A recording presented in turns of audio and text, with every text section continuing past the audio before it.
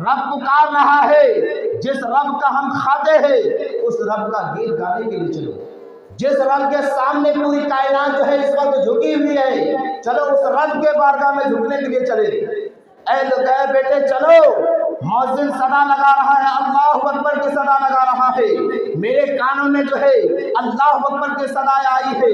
बेटे जल्दी चलो, नमाज को अदा करना है। हो सकता है बेटा ये जिंदगी की जो है आखिरी नमाज हो, ये अल्लाह रब्बुल इज्जत जो है आखिरी मर्तबा पुकार रहा हो, ये जिंदगी के जो है आखिरी आजान हो, इसलिए बेटे जल्दी चलो, नमाज को अदा करना है। वो बेटा छोटा सा था, बहुत ही नाचते कूदते जो है अपने बाप के साथ जो है मस्जिद में पहुंचता है।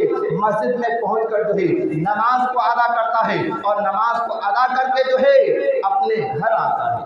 नमाज को अदा करके अपने घर आता है। उसकी बीवी कहती है कि मेरा शौहर घर आता, नमाज को अदा करके कुरान शरीफ खोल कर जो है उस पर उंगलियां फेरता था। क्या करता था? कुरान को खोल कर जो है उसकी उंगलियां फैला करता था। लेकिन मेरा शौहर कुरान को पढ़ने के लिए नहीं जानता, कुरान पढ़ना नहीं जानता था, लेकिन रोजाना फजर की नमाज को अदा करके उस पर उंगली कर नमाज को अदा करके कुरान खोल कर जो है उस पर उंगलियां फेरा करता था। और उम्मीद करती हूँ कि मेरा रब जो है उसी उंगली फेरने की बरकत से जो है उसकी मग़फ़िरत फरमाया हो। लेकिन मेरा शौहर जो है उस पर उंगलियां फेरता और आंसू भी बहाया करता था। क्या परवरदिगार आलम, तेरा जो ये मुक़द्दस कलाम है, इस कलाम को तो मैं पढ़ नहीं सका, इस कलाम को जो है मैं हासिल ना कर सका, इस हर्फ को पढ़ नहीं सकता हूँ, लेकिन मौला मेरे पास इल्म नहीं है तो क्या हुआ मौला, लेकिन आंखें तो दी है कुरान की ज़ियारत करने के लिए। अगर कुरान की ज़ियारत किया है तो मौला यही मेरी छोटी नेकी की बरकत से मैं उम्मीद करता हूँ तो मेरी मग़फ़िरत फरमा देगा। कुरान से बीवी कहती है मेरा शौहर जो है कुरान को उंगली फेरता जाता और आंसू बहाया करता था, रोता जाया करता था, और मैं उम्मीद करती हूँ कि मेरा रब जो है मेरे शौहर के जो है इसी अमल की बरकत से जो है मेरे शौहर की जो है मग़फ़िरत फरमा दिया हो।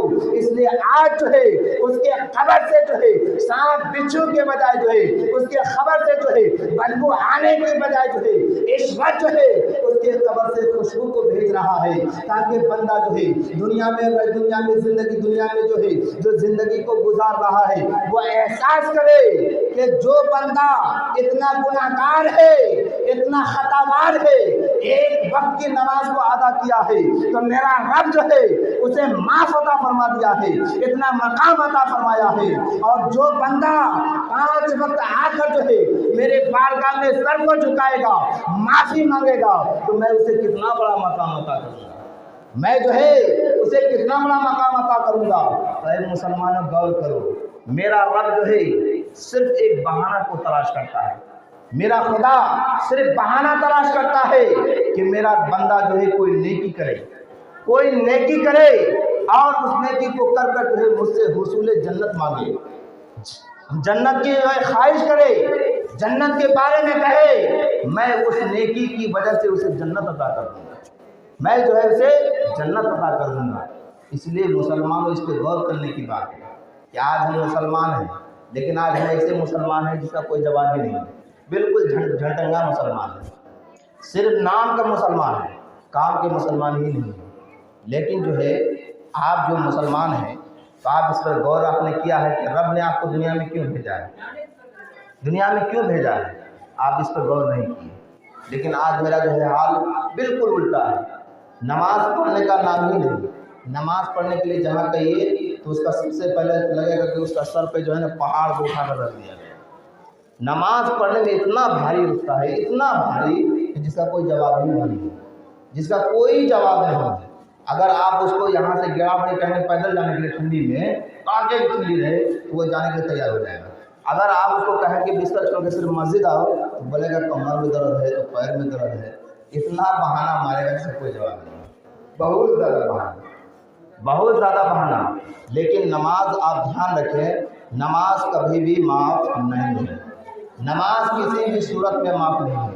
अगर आप उठ बैठ नहीं सकते हैं ना तो आप बैठ के नमाज अदा कीजिए, बैठने की भी आपके पास ताकत अगर नहीं है तो आप लेट करके नमाज अदा कीजिए, इशारे से नमाज अदा कीजिए, लेकिन हर हाल में नमाज को आप अदा कीजिए।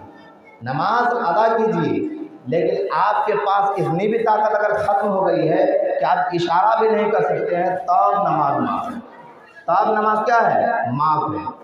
लेकिन अगर आपके पास इशारा करने की ताकत अगर है तो आपके ऊपर से नमाज माफ़ नहीं है, तब जब आपके पास नमाज क्या है, माफ़ नहीं है। तो आप ज़रा अंदाज़ा कर सकते हैं कि इशारा से नमाज़ पढ़ने लिखा है, लेकिन नमाज को अदा करने के लिए कहा है। लेकिन आज हमारा क्या हाल है, अगर नमाज़ पढ़ने के लिए कहिए तो कहेगा कि हम उठे बैठ नहीं सकते हैं। अरे उठ बैठ नहीं सकते, क्या इशारा भी नहीं कर सकते हैं? इशारा कर सकते हैं नहीं। इंसान यहाँ से जो है गेड़ावड़ी पैदल चला जाएगा, अपना काम तो आराम से कर लेगा, कोई दिक्कत नहीं है, उसको कोई परेशानी ही नज़र नहीं आएगी। लेकिन जब नमाज अदा करने के लिए कहें तो उसको इतनी परेशानी नजर आने लगेगी, इतनी परेशानी जिसका कोई जवाब नहीं है। अगर एक इंसान है, उसको खींच के मस्जिद लाइए, लाए, एक टाइम दो टाइम वजू किया है, उसको अगर खांसी हो गई है, बोला कैसे खांसी हो गई, तो क्या बोले, मान भाई 3 टाइम जो वजू करे नहीं, इसलिए खांसी भय गई, 3 टाइम वजू करे इसलिए खांसी भय गई।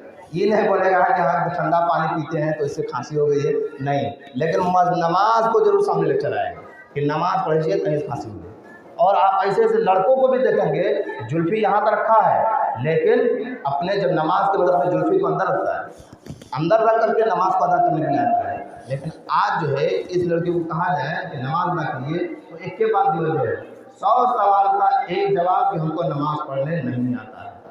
100 सवाल का एक जवाब, अगर आप उसको कहें नमाज नहीं पढ़ेंगे ये होगा वो होगा, सब सवाल का बस एक के जवाब के पास क्या है कि हमको नमाज ही नहीं पढ़ता है, नहीं आता है, नमाज नहीं पढ़ते।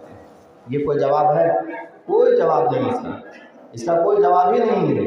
क्या आप दुनिया के काम करते हैं तो क्या आप माँ के पेट से सीख जाते हैं? नहीं, आप हर काम जो है दुनिया में सीखते हैं, तो नमाज को भी आपको दुनिया में सीखना है। आपको नमाज दुनिया में सीखना है। हमको तो ताज्जुब रहता, बूढ़ों सबका भी वही हाल देखते हैं,